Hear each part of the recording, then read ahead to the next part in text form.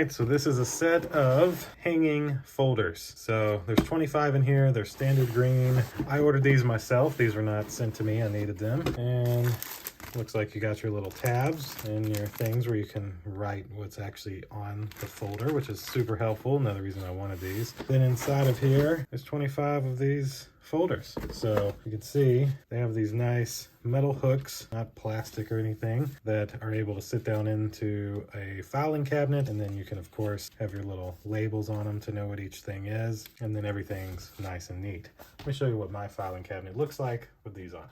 All right, let's open this up, nice and empty, and take these. There we go, that side's in. There we go, this side's in. And so there we are. Now we have all of our receipts and documents labeled, very easy to access. And then I'll just take the extras and fit them down in here as well. There we go.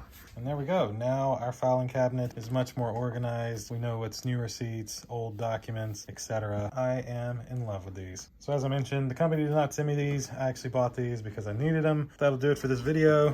Nicely done. Love it. I was making sure it closed with these on it. But that'll do it for this video. Thank you all for watching. We'll see you in the next one. Deuces.